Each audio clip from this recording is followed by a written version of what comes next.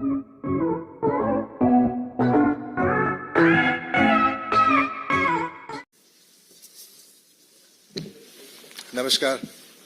हम लोग के बीच में राज्यसभा एमपी सुधांशु त्रिवेदी जी और हमारे नेशनल प्रवक्ता आज बहुत ही कुछ गंभीर बातें लेके आए हैं।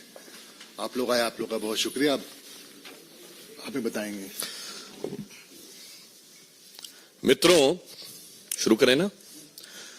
मित्रों, दिल्ली के मुख्यमंत्री अरविंद केजरीवाल जी, जिन्हें दिल्ली की सर्दी में जांच की आंच से पसीने आते हुए दिखाई पड़ रहे हैं, अब परिस्थिति में एक नया आयाम जुड़ रहा है। अब तो जांच भी आंच के घेरे में आ रही है। अर्थात ये जो तथाकथित मोहल्ला क्लिनिक थी, इसके अंदर इन्होंने जांच की व्यवस्था की थी, यानी पैथोलॉजिकल टेस्टिंग की। अब जो विजिलेंस की रिपोर्ट्स आई हैं और जो विभागीय फाइंडिंग्स हैं, उसके आधार के ऊपर वो जांचें भी अब पूरी तरीके से आंच के घेरे में आ गई हैं। इस प्रकार के फैक्ट्स सामने आए हैं कि जो उनकी तथाकथित मोहल्ला क्लिनिक थी, सर्वप्रथम तो हम कहना चाहेंगे कि स्वतंत्रता के अमृत काल में आने के बाद भी देश की राष्ट्रीय राजधानी में सुपर स्पेशलिटी का कोई इंस्टीट्यूट या ऐसी कोई व्यवस्था या ऐसी कोई लैब बनाने के बजाय मोहल्ला क्लिनिक तक ही सोच सीमित थी, जो 75 वर्ष पूर्व भी थी। परंतु उसमें भी क्या हुआ, मीडिया में भी ऐसी रिपोर्ट्स हैं, कई स्वयंसेवी संगठनों ने भी इस विषय के ऊपर ध्यान आकर्षित किया था और जांच में भी आया कि एक दिन में 500 पेशेंट देखे गए हैं। अधिकतम संख्या 533 है, जबकि जो औपचारिक समय है मोहल्ला क्लिनिक का वो सुबह 9 बजे से 1 बजे तक है। अब आप इमेजिन करिए कि 9 बजे से 1 बजे तक 4 घंटे में कितने मिनट हुए, 240। और अगर 240 मिनट में किसी ने 533 पेशेंट देख लिए, इसका मतलब आधे मिनट में एक पेशेंट देख लिया, जिसमें एक पेशेंट का आना जाना, डॉक्टर का उसकी बात सुनना, असेसमेंट करना, जांच का पर्चा लिखना।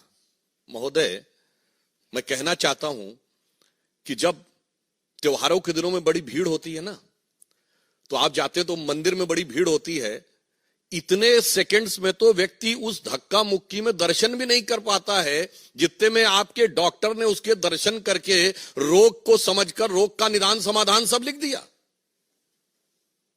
यह है ईमानदारी का नया किरदार।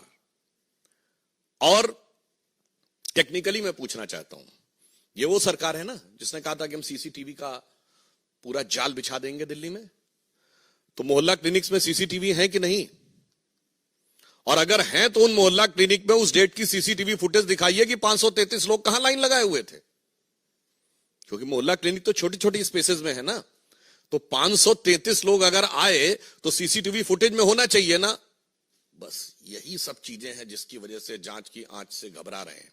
और इसमें जो प्रोसीडिंग्स में बात आई है, मैं कोट करना चाहता हूं कि necessary discipline proceedings may be initiated against the project director OLS outsource lab services। महत्वपूर्ण बात यह है कि यह सरकारी एजेंसी नहीं कर रही है, ये सब आउटसोर्स है, यानी प्राइवेट एजेंसीज को जांच दे रखी है।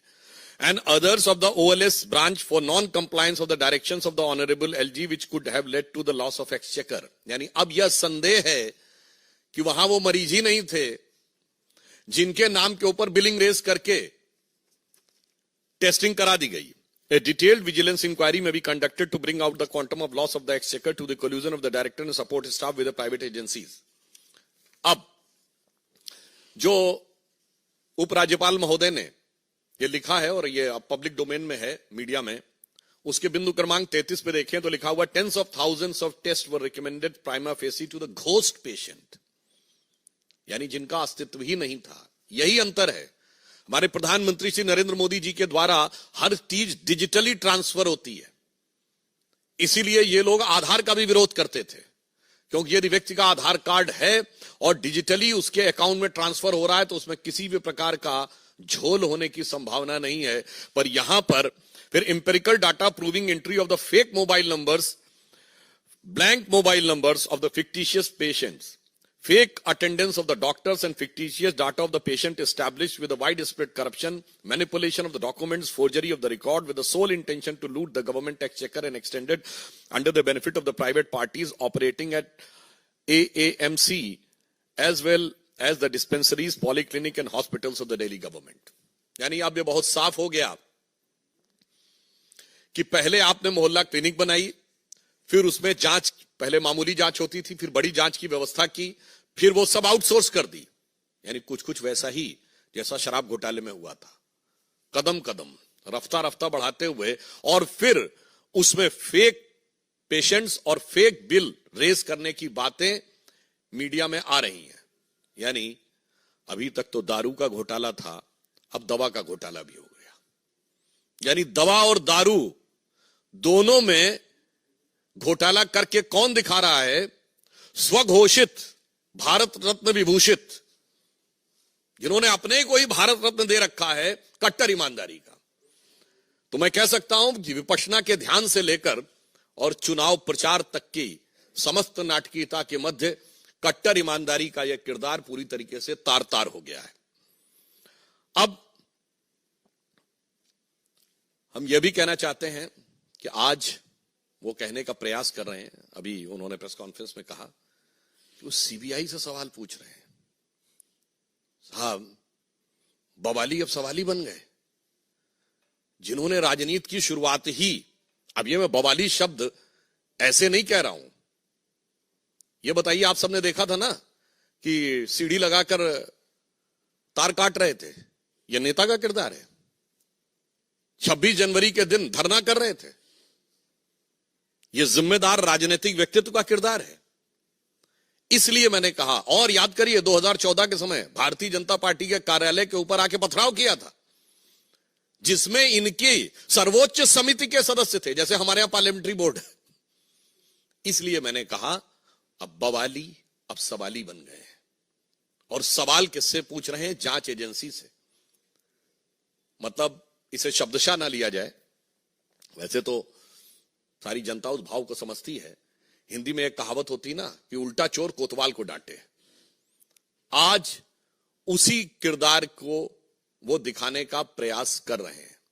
और जहां तक टेक्निकलिटी की बात है, तो अगर उनको लगता है कि कोई टेक्निकल इश्यू है तो वो न्यायालय से जाकर समाधान प्राप्त कर सकते थे, मगर यहां टेक्निकल नहीं, मॉरल इश्यू है।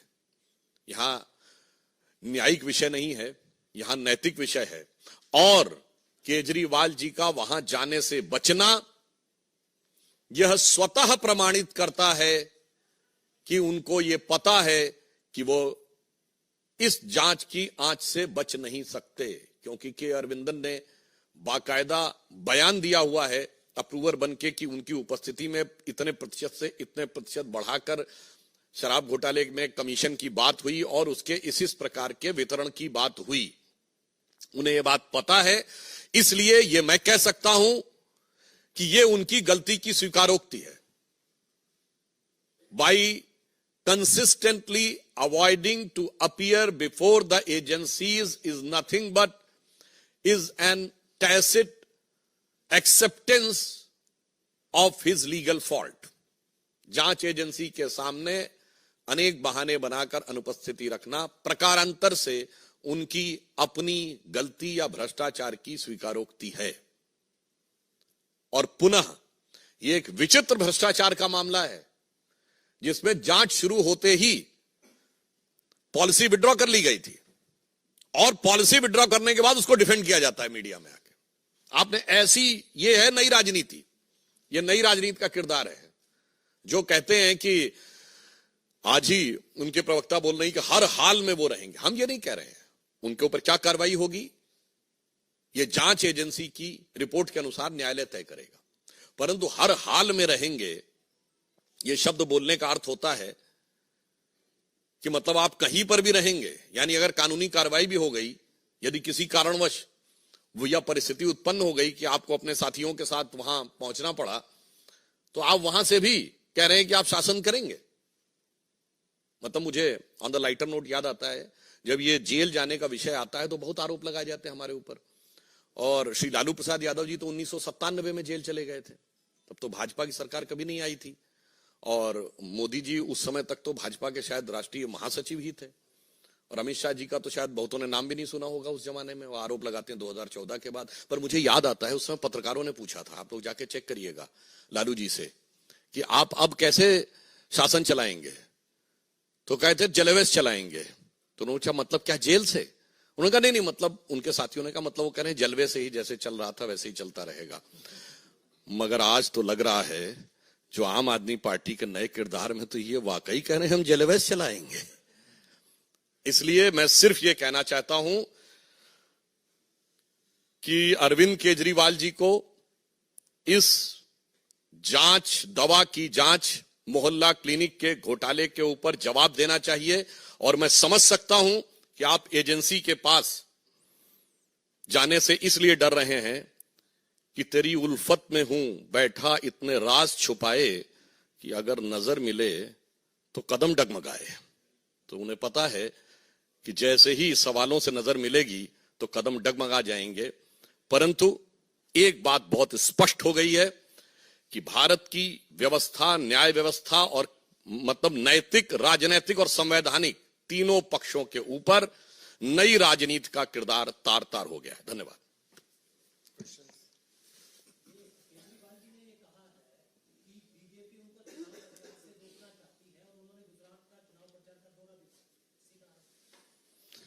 वैसे अभी उन्होंने हाल में जहां जहां चुनाव प्रचार किया है तो जब्ती का रिकॉर्ड बनाया है। तो मुझे लगता है कि जितनी जमानतें जब्त करवाई हैं उन्होंने पिछले अभी इन 3 चुनावों में, तो मुझे लगता है कि ये सिर्फ जैसे कहते हैं तिनके की ओट में पहाड़ छुपाने का प्रयास करना, इसका राजनीति से कोई मतलब नहीं है। हां, उनको ऐसा लगता होगा, परंतु मैं बहुत स्पष्ट करना चाहता हूं, किसी भी चीज की जांच का जवाब देने का चुनाव प्रचार से क्या संबंध है? और ये लोग तो जिन पे आरोप लगाते थे आज उनके साथ खड़े हैं। मतलब सोनिया गांधी जी और राहुल गांधी जी वो तो जाके फिर भी अपना जवाब दे आए थे। ये केजरीवाल जी नए राजनीति के नए किरदार, नई नवेली अजब अलबेली पार्टी के अलंबरदार, उनसे भी बड़े हो गए हैं। तो मतलब ये तथाकथित इंडी गठबंधन में ये है कि मैं तुमसे बड़ा। अरे उन्होंने तो ये कहा था कि ईडी घर पे क्यों नहीं आ गई? याद करिए, कांग्रेस के नेता प्रमोद तिवारी जी ने कहा था कि ईडी वालों को उनके घर जाके पूछताछ करनी चाहिए। ये तो उल्टा कह रहे हैं कि ईडी वालों से मैं पूछताछ करूंगा। मैं सवाल पूछ रहा हूं, मेरे सवाल के जवाब दो। ये आप अद्भुत और अविस्मरणीय आपको यह दृश्य दिखाई पड़ेगा।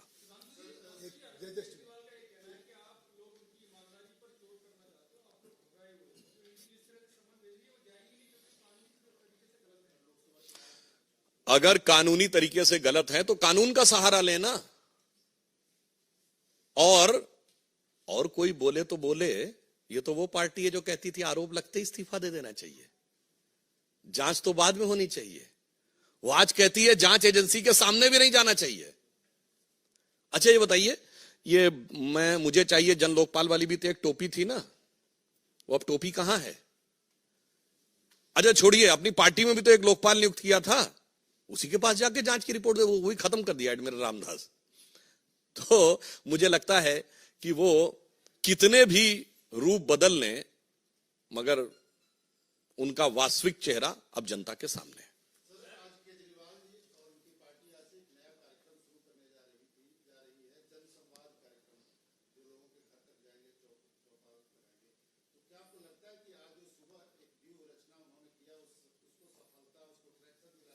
देखिए उन्होंने कहा था कि हम 70 के 70 विधानसभाओं में जाके तब अपना घोषणा पत्र बनाएंगे।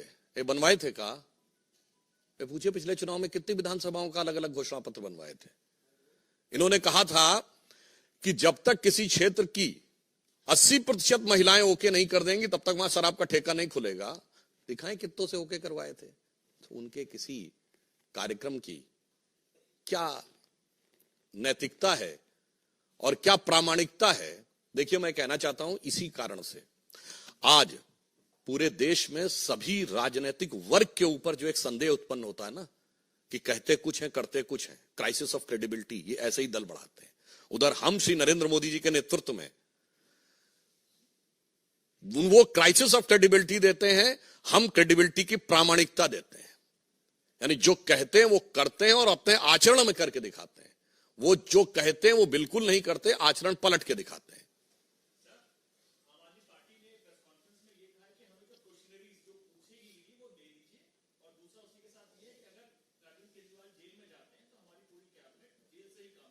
वो तो मैंने बता दिया, वो जेलवेस काम करने की कोशिश कर रहे हैं। मगर मैं आपको ये भी बताना चाहता हूं, ये ईडी ने सवाल तो अरविंद केजरीवाल से पूछे कि आम आदमी पार्टी से पूछे?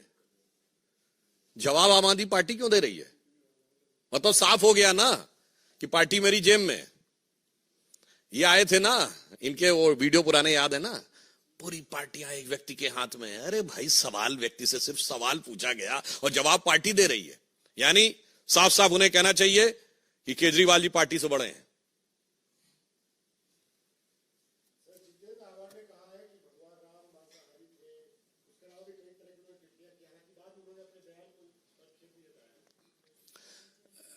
देखिए, वास्तविकता यह है कि कुछ लोग ऐसे होते हैं जो कितना भी सुंदर कार्य हो रहा हो उसमें विघ्न डालकर ही संतोष उत्पन्न करना चाहते हैं। तो ये विपक्ष वाले जो सदा सर्वदा से भव्य श्री राम मंदिर के विरोध में रहे थे, ये अंतिम चरण में भी विघ्न डालकर विघ्न संतोषी बनना चाहते हैं। परंतु अब देश की जनता ऐसे किसी विघ्न संतोषी के साथ नहीं है। हम किसी के प्रति कोई दुर्भाव नहीं रखते। हमारे यहां कहा गया है, बैर न कर काहू सन कोई, राम प्रताप विषमता कोई। न किसी से वैर है, न किसी से विषमता है, मगर उनके मन में विषमता है और इस प्रकार के आपत्तिजनक दुर्भाग्यपूर्ण बयान दे रहे हैं। परंतु मुझे लगता है इस देश की जनता भी ये समझती है, जो मीराबाई जी को तुलसीदास जी ने लिख के भेजा था, जाके प्रिय न राम वैदेही, यानी राम और सीता जिसको प्रिय न हो, जाके प्रिय न राम वैदेही, तजिए ताहि कोटि बैरी सम, यद्यपि परम सनेही। तो देश की जनता है देखेगी।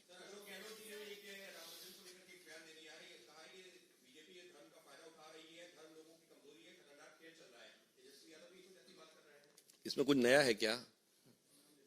ये तो सुनते सुनते हम लोग बचपन से किशोरावस्था से युवावस्था पार करके प्रौढ़ावस्था की दहलीज पे आ गए। वही पुराना बहाना, वही पुराना तराना, वही पुराना अफसाना जो हकीकत नहीं बन पाया है। तो ये लोग जो लगातार बोल रहे हैं और उसके बाद जबकि ये असफल भी हो रहे हैं, तो मैं इसके लिए भी वो पंक्ति बता देता हूं जो मैंने पार्लियामेंट में बोली थी। ये राम मंदिर के विरोध की और मुस्लिम तुष्टीकरण की नाव पर सवार होकर जो मंजिल पाने की कोशिश में हैं, तो उनके लिए कहना चाहता हूं कि कश्ती भी नहीं बदली और दरिया भी नहीं बदला। कश्ती भी नहीं बदली, दरिया भी नहीं बदला, पर इन डूबने वालों का जज्बा भी नहीं बदला है। शौक सफर ऐसा, एक उम्र हुई हमने, मंजिल भी नहीं पाई, रास्ता भी नहीं बदला। धन्यवाद।